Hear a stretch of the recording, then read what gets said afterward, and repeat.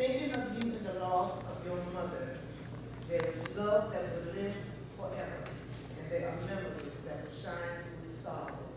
May the wonderful memories of your mother's love be with you and comfort you at this time. With the deepest sympathy, Louise Jackson and family. As you remember your beloved mother, a mother's love is forever. Nothing can take it from you, for it lives in your heart and your memories, and is part of all that you do. May the memories of your mother's love be with you and comfort you at this time. With sympathy, grace, peace, and blessings, Sister Barbara E. Johnson. In the loss of your mother, she gives us life and teaches us how to live. Her love will always be a part of all we are. It must be hard to say goodbye to one who meant so much, but just remember that all of your mother's best qualities live on in you, yours to treasure and share through all the years to come. With sympathy, Geraldine and family. God's gift of time. We all need a time to breathe, quiet time for reflection, to sit through memories and come to grips with what has happened. We all need a time for tea, not for the one who is now at peace in heaven, but for ourselves as we realize that things will never be the same. We all need a time just to be, where we can open ourselves to God and let the reassurance of His everlasting love start to heal our broken hearts, praying for you and wishing you peace, and so more.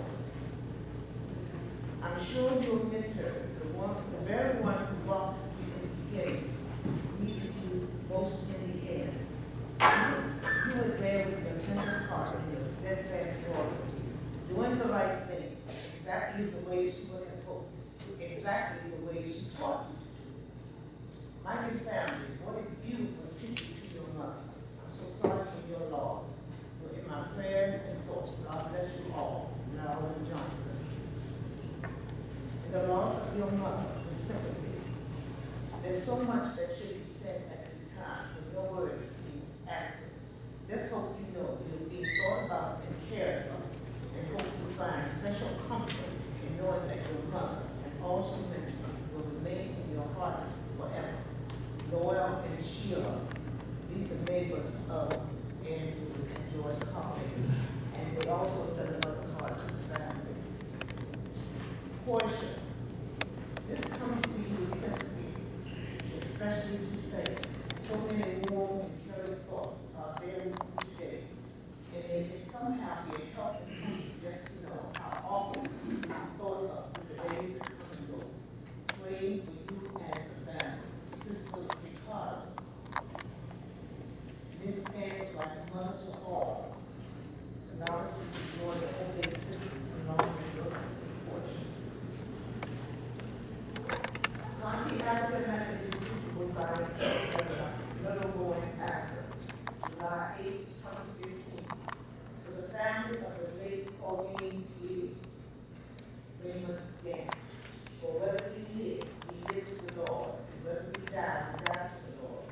Whether we live therefore or die, we are the Lord's. Romans 14:8.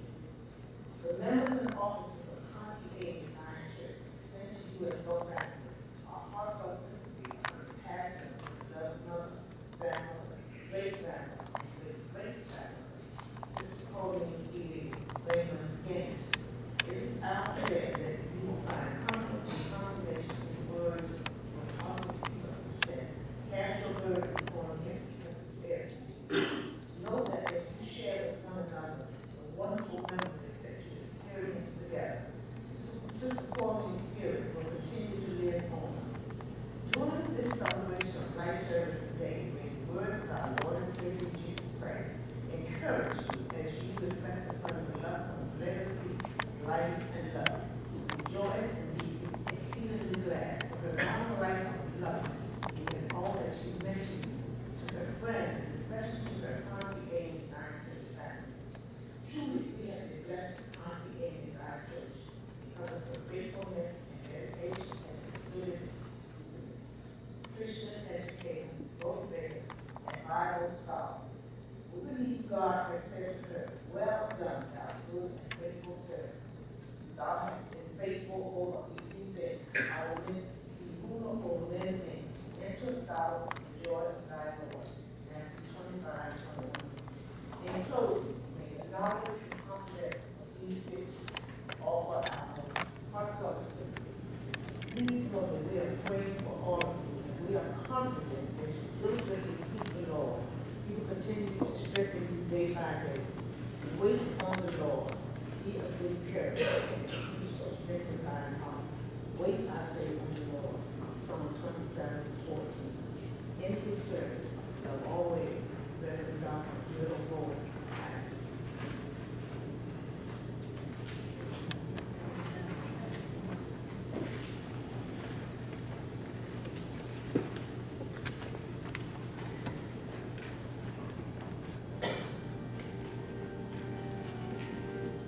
We'd like to extend an invitation of Joyce at this time,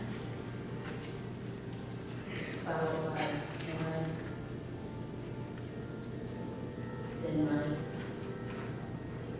You may come to this side,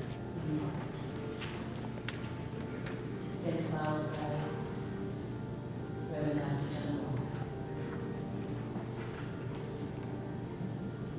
Morning. Thank everyone for being here.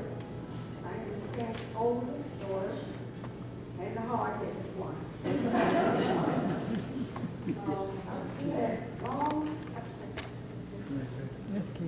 We had a long life together.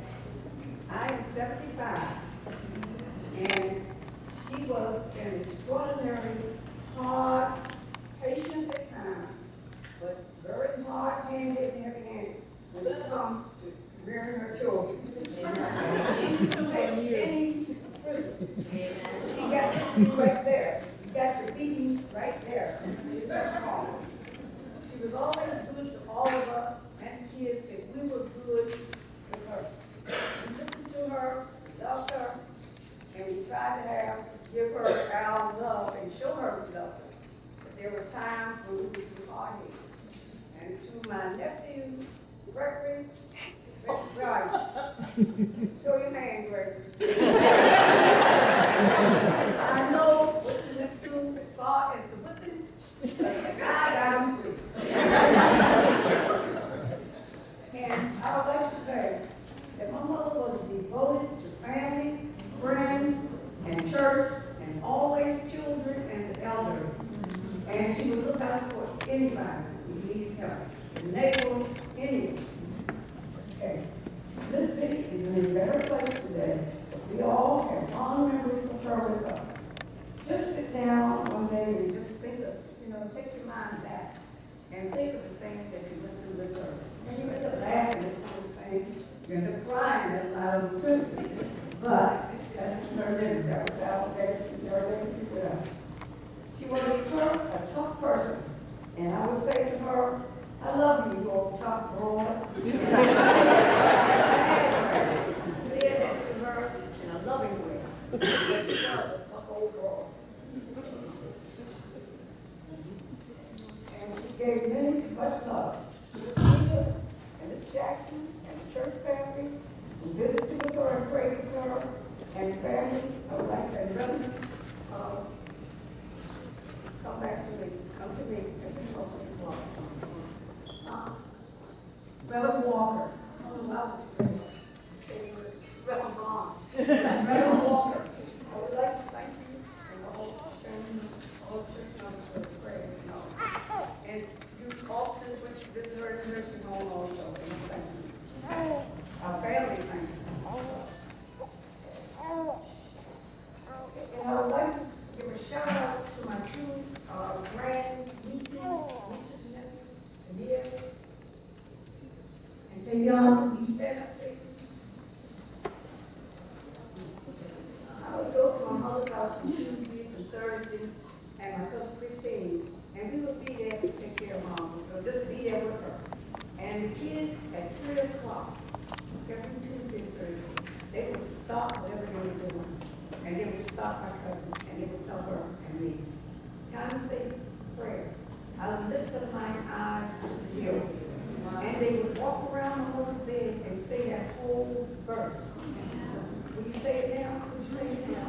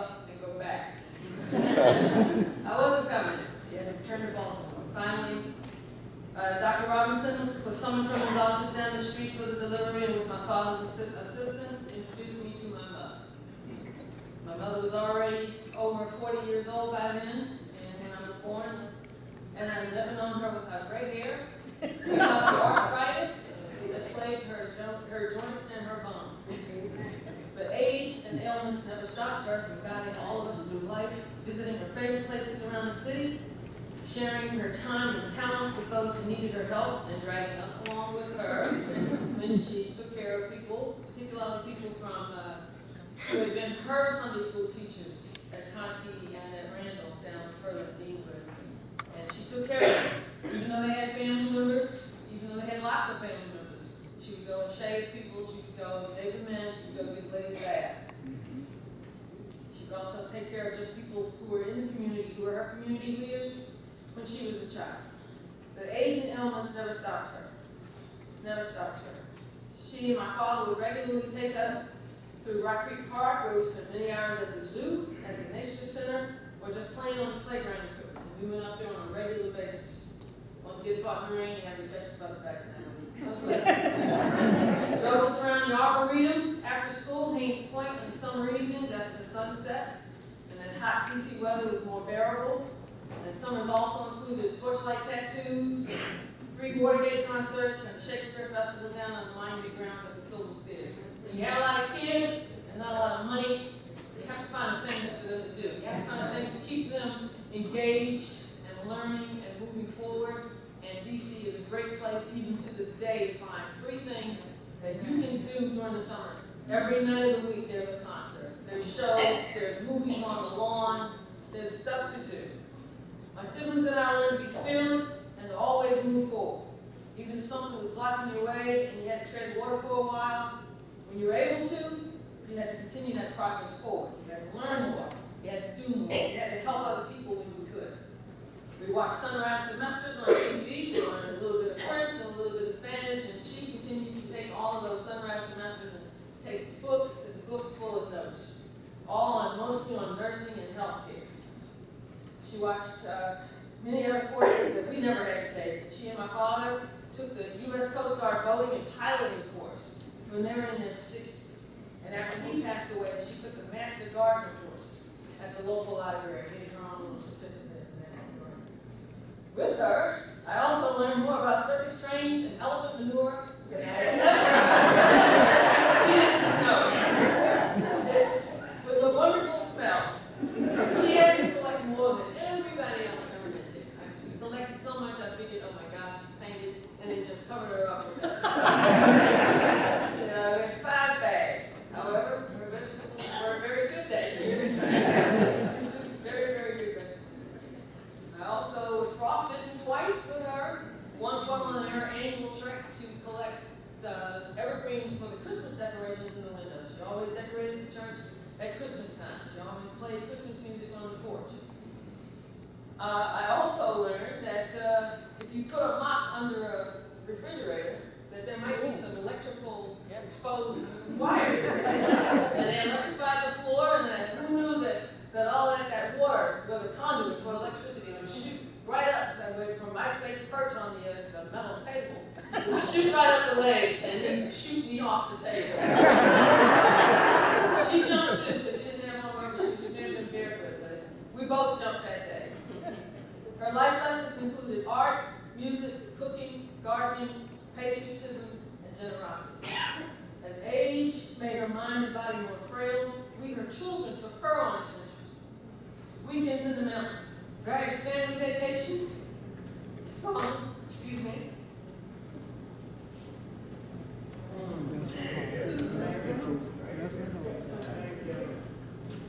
Took her to Solomon's Island with us. We stayed down there for a week. We went to South Carolina twice. She stayed with us. We got that many people.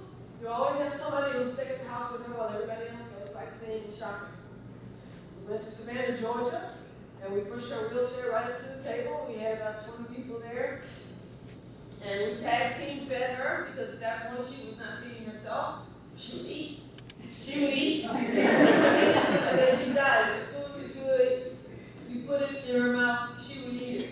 And so we fed her. Okay, we mashed up collard beans on overcooked food, but we mashed it up and she ate it. Tag team, she was at the head of the table, and my sister T and I just kind of took turns feeding her. As we were children, grandchildren, other relatives, and all whose lives were enriched by knowing her proceed forward on additional adventures, we will take her in our hearts with us, and in our hearts, and we will treat other people the way she would treat them.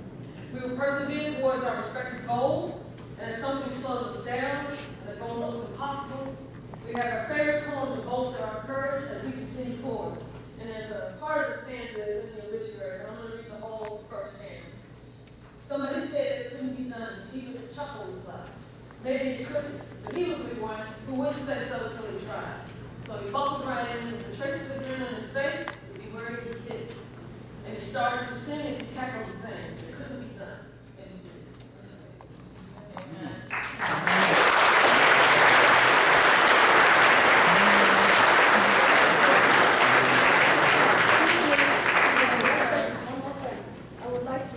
Thank you to Pastor Thomas and Mother Nadmore Thomas, who was my mother's president, who gave prayer. They would call and diligently kept her in their prayer. I would also like to thank God for my mother's family. The last of the Mohicans, she called herself. And she told me to be sure and let everybody know. She's the last of the Mohicans. This is what a friend of that. She was my mother's friend. And she was her best friend. Her very best friend. My mother called her a little girl. She is. My mother was treating her like a little girl. I was like, thanks for her. But she said she didn't know what she would be here. First of all, thank you.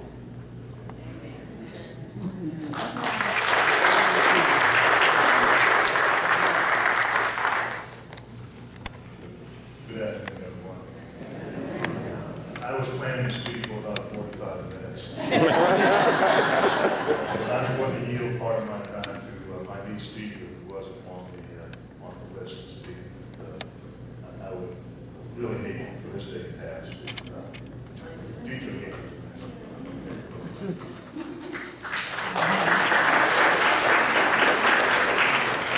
Hey everybody, I'm chuckling because he's asking if we need to get this stool for me. Anybody who's been in the church for a long time remember the first time when I was speaking here, they had to put the stool up. Because my grandma so into me from a baby, from being a little girl in this church, public speaking and doing poetry and being in all of those church plays that people talk about.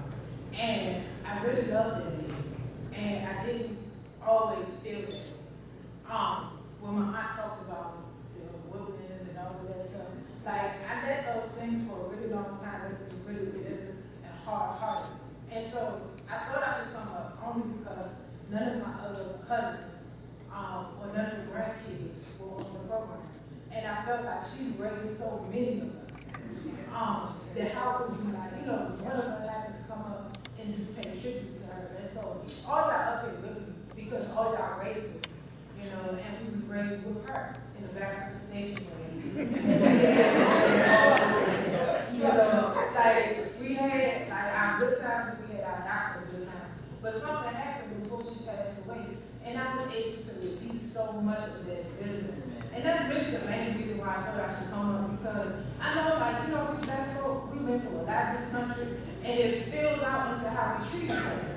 And so we don't always be forgiving to each other. But we really are all we got, like the Bowen and say, right? We are all we have. And so we have to know how to just forgive each other and love each other through our pain.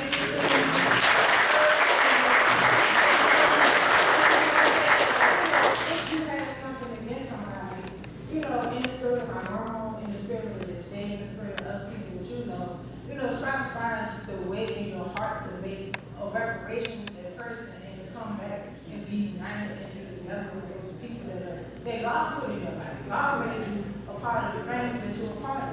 And so, I'm not going to talk a long time, but I just want to say, I love you, Mama, and I love you, family. Y'all are so beautiful over there. We need to do this more often, and not just when bad things happen, but just because we family, because we looking at these pictures and we saying like, all these generations, her great-great-granddaddy said, so she was on this earth to see like 4 or 5 generations come out of her life, and that's like amazing to me. And so I honor her for that, I honor y'all for us being a part of each other, and thank you all for coming out and paying tribute to her.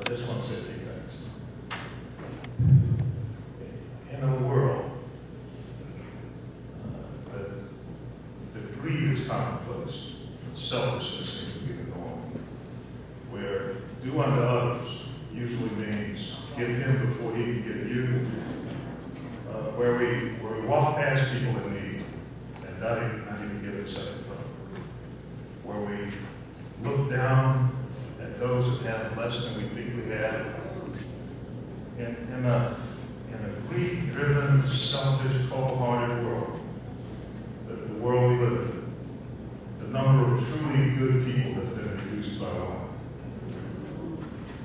And that's why we're here.